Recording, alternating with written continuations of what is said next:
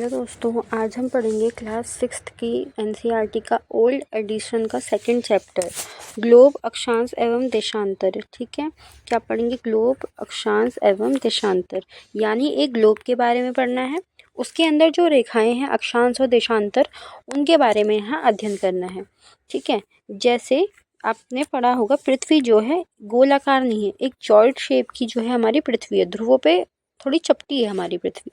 ठीक है, और ये जो आप देख रहे हो, ठीक है, अभी मैंने लाइव क्लास में पढ़ाया था ये कि हम ये चीज़ है, ये जो अक्ष बना है झुकी हुई, इसे अक्ष कहते हैं, यानी कि एक्सिस कहते हैं। क्या कहते हैं?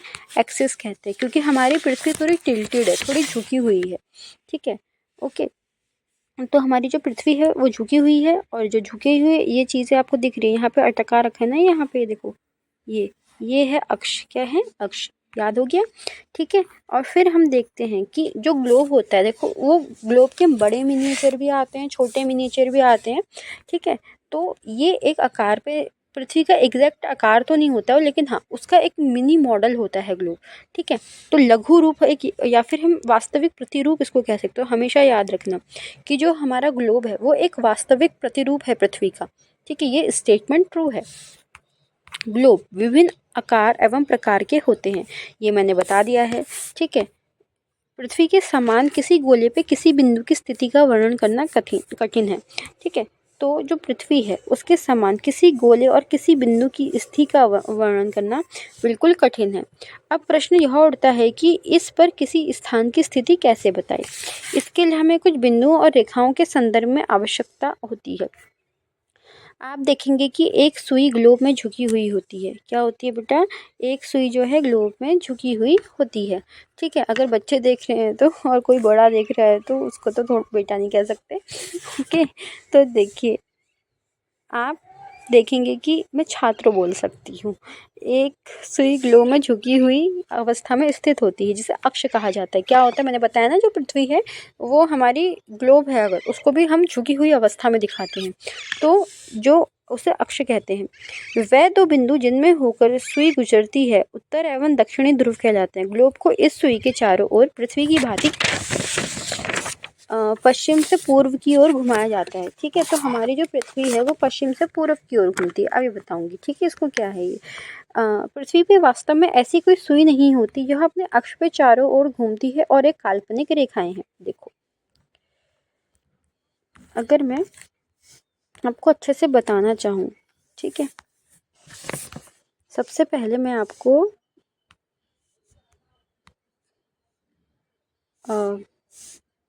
एक वृत्त के माध्यम से समझाते हैं। ये हमारी पृथ्वी है। ओके, ठीक है, ये हमारी क्या है? पृथ्वी है।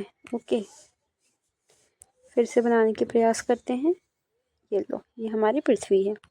ठीक है, अब ये जो पृथ्वी है हमारी, ठीक है, ध्यान से सुनना, ये थोड़ा जो है टिल्टेड है। क्या है? टिल्टेड है, यानी कि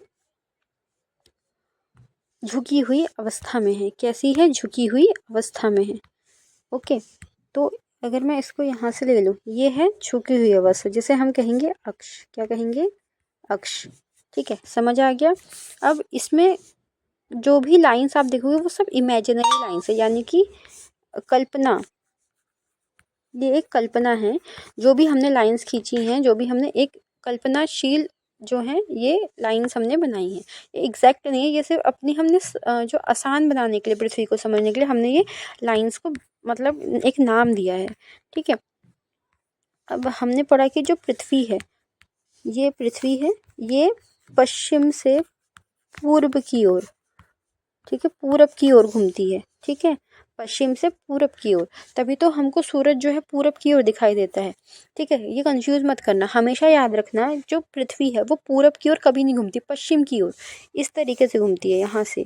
ठीक है, ओके, तभी तो अगर वो इस तरीके से घूमती है तो पश्चिम से दिखाई देगा, पर वो इस तरीके नहीं घूम रही, वो इस तरफ से घूमती है, पश्चिम से। तो ये स्टेटमेंट याद कर लो, जो पृथ्वी है वो पश्चिम से पूरब की तरफ घूमती है। ठीक है, आप ये समझ लो कि अगर सूरज पूरब से निकलता है, इसका मतलब है कि जो पृथ्वी है वो पश्चिम की तरफ घूम रही है। ठीक है, कंफ्यूज नहीं होना है, पश्चिम की तरफ, उल्टा सोचना है। ठीक है, तो याद हो जाएगा आपको। इसे विषुवत वृत्त कहा जाता है। पृथ्वी के ऊपर स्थित एक आधे भाग को उत्तरी गोला, देखो इसको बस ऐसे समझो, ये मैंने बनाया एक वृत्त, यानी कि पृथ्वी मान लो इसको, ठीक है।